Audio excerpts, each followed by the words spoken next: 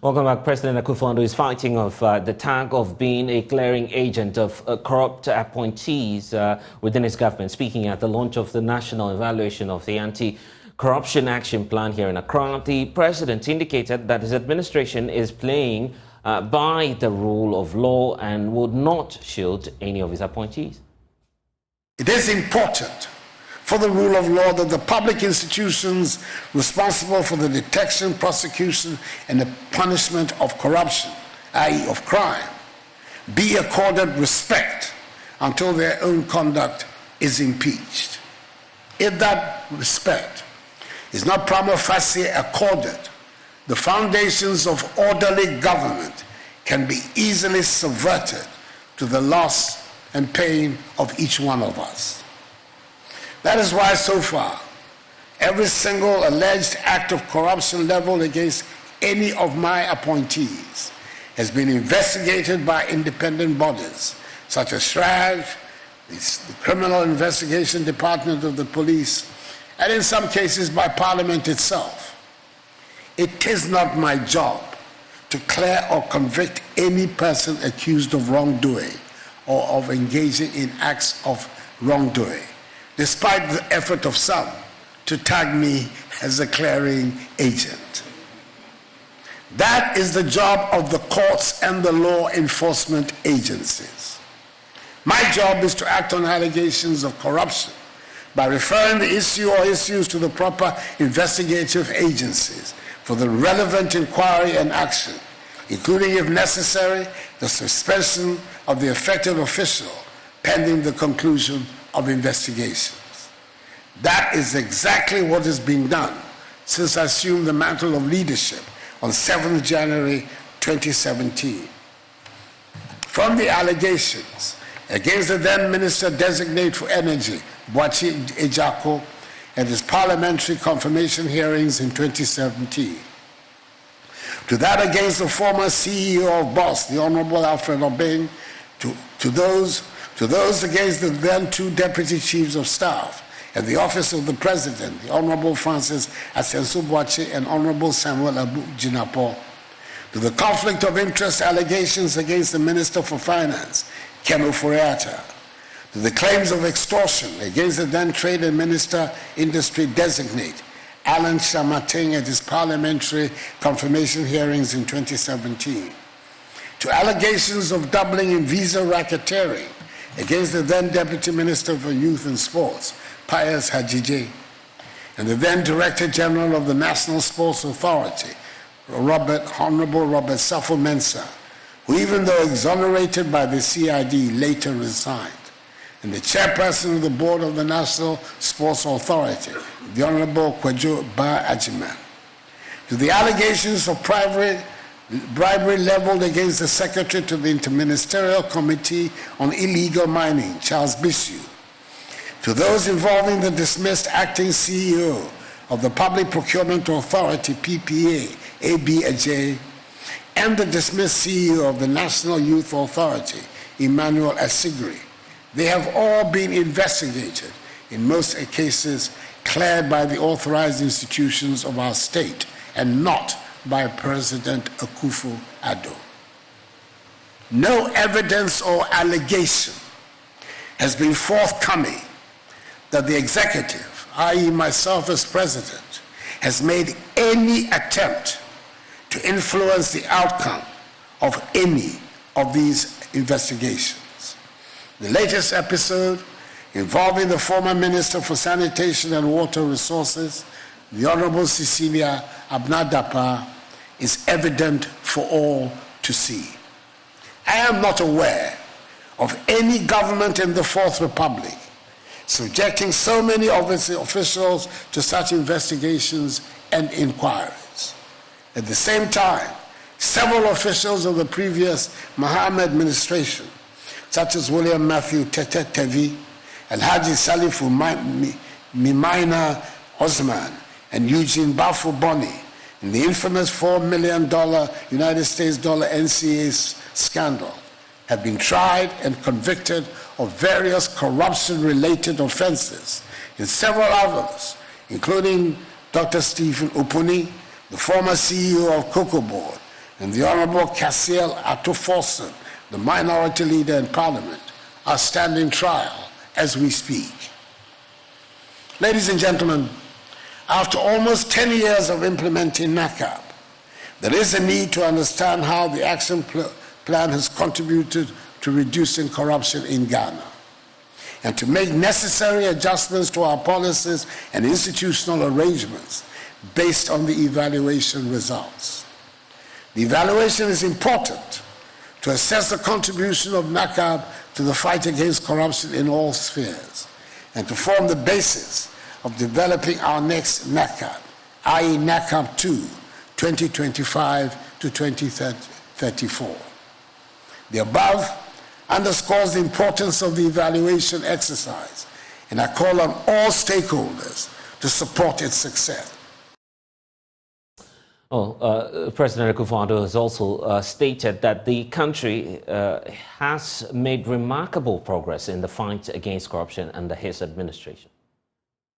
It is also an undeniable fact that budgetary allocation for institutions actively engaged in public sector accountability, that is the Office of the Auditor General, the Judiciary, Parliament, the Commission on Human Rights and Administrative Justice, the Ghana Police Service, the Economic and Organized Crime Office, IOCO, and the Financial Intelligence Center have witnessed unprecedented increases since I assumed office in 2017. At the end of 2022, the budgetary allocation to Parliament witnessed a 100% increase compared to what I inherited in 2016. The police saw its budget increase by 274% at the end of 2022 in comparison to 2016.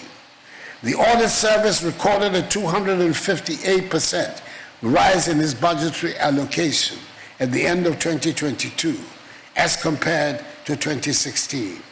The budget of the judiciary rose by 36% at the end of 2022 compared to 2016.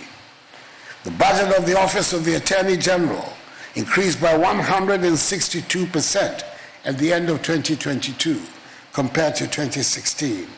The budget of IOCO increased by 47% at the end of 2022 in comparison to 2016.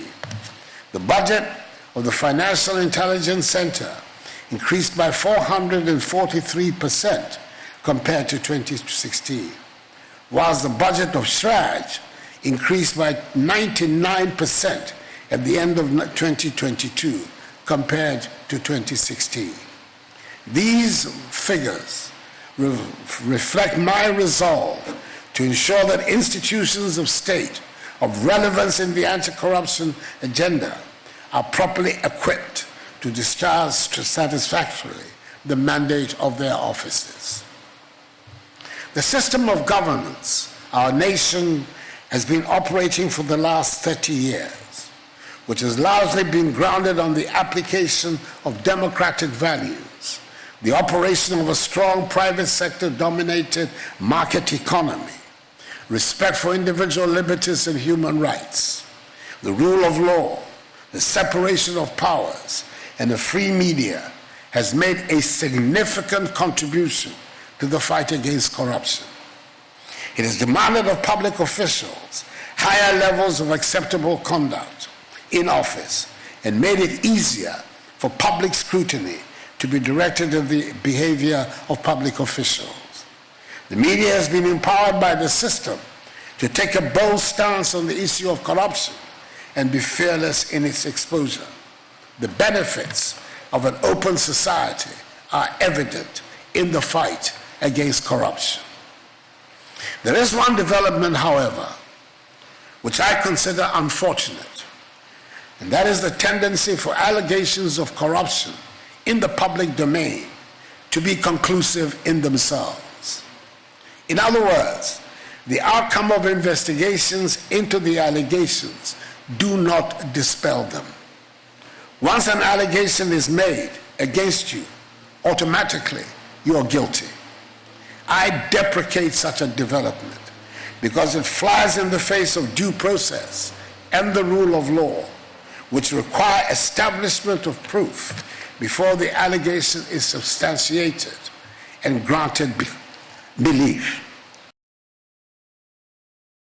And our pressure is mounting on the finance minister to provide full disclosure on the controversial $100 million a year revenue assurance contract to the Strategic Mobilization Limited SML after more contradictions emerged in the Ghana Revenue Authority's justification. Private legal practitioner and energy analyst Kwame Jantua has questioned the silence of the finance ministry. The minority in parliament insists that the Ghana Revenue Authority's explanation only confirms the need to immediately cancel the contract and fully investigate the circumstances surrounding the finance minister's decision to direct the expansion of the questionable revenue assurance contract to SML. There's more in the following report. These comments follow a documentary titled The 3 Billion Cedi Lie by the Fourth Estate, alleging that the finance ministry ordered an expansion of the SML contract for 10 years, estimating it could yield the company $100 million annually. The documentary also claims that the expansion was directed despite the company making false claims about its savings through revenue assurance in the downstream sector. The GRA had backed SML's initial claim that it saved Ghana more than 3 billion cedis. The GRA backing comes despite the MD of the company, Christian Soti, denying the company saved the state that much. That's why that 3 billion, I'm not. That's why I told you from the beginning. I said I don't know about this 3 billion. We cannot say your intervention saved 3 billion. No, I said 3 billion. I'm not. I've told you that I'm not aware, because when we were told about the publication, we even called the. As we speak this morning, still on your website. Yeah, that's what I'm saying. In fact, to be honest, I don't even know website matter. Within SML itself, there are contradictions on this subject of the 3 billion cedi savings. This week, head of IT, Prince Sapong, contradicted publicly his boss. So in estimate, what actually happened with the 3 billion is, as I talked about, the money is all about the volumes. So if there's an increase in volume, there's an increase in revenue. And since SML started operation, we can confidently say that there has been an average monthly increase of 100 million liters. So if you multiply it by 24 months, with the tax component that we are not even using the 1.74, we are using the old tax component, which is 1.44, that will arrive at the 3 billion that we talked about. This current position of the head of IT contradicts his own earlier assertions when the Fourth Estate first put the question to himself and his boss during the investigations. What we did was not even the accurate figure. We never talked about accuracy because we are not GRA. Only GRA can give you accurate figure. So when we are talking about this, it depends on how it was reported. So it didn't. No one actually said that we actually generated as like accurate. Yes. So there's a caption by a journalist. The GRA claims in a statement that SML is only paid if there is value addition.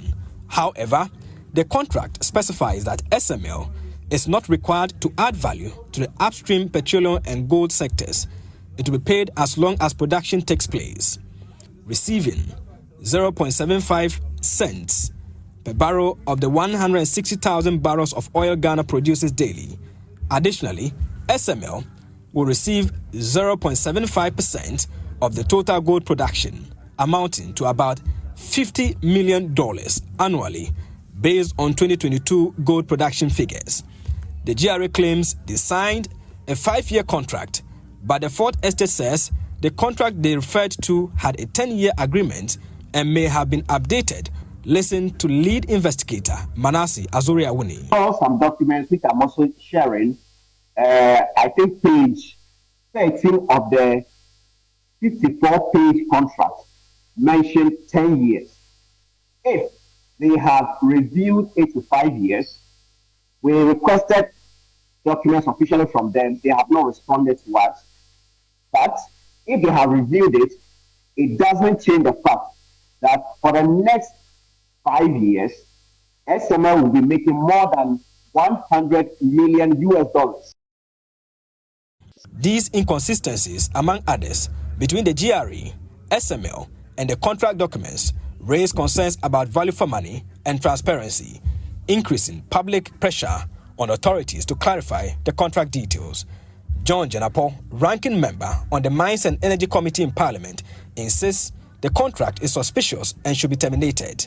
Why isn't the finance minister saying anything? Why is he silent? Well, the GRA is an agency under the finance ministry. So if the GRA has spoken, isn't it the finance ministry directly? No. I don't buy that. Who gave them the contract? Was it GRA who gave them the contract? GRA is party to the contract, but the institution that gave them the contract was the Ministry of Finance. It wasn't the GRA. Meanwhile, private legal practitioner Kwame Jantua has challenged the finance ministry to clarify the conflicting facts about the contract. This contract, by all intents and purposes, whether you fry it, whether you cook it, whether you turn it, it's a bad contract, it's inimical, it doesn't add any value, and I hold the view that this contract, if allowed to continue, would only enrich the pockets of some few greedy individuals. It must be abolished without delay. And the district level elections resumes today after voting in certain electoral areas in the Ashanti and parts of the Eastern region were put on hold by the Electoral Commission. There's more.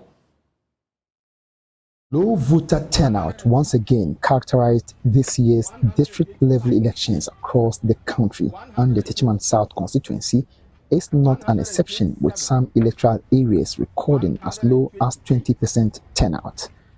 Techiman Municipal EC officer William Apori Bamfo disclosed to Joy News that the situation is even worse in the main Techiman township compared to the rural and inner cities, where turnouts exceeded 50% across some electoral areas. Largely was successful. There were no chaos, no challenges anywhere. However, the turnout is exactly what wasn't encouraging, especially looking at the township itself as Techiman. We could say that the turnout was below par, just about 20. Some were making 20%, others 30%.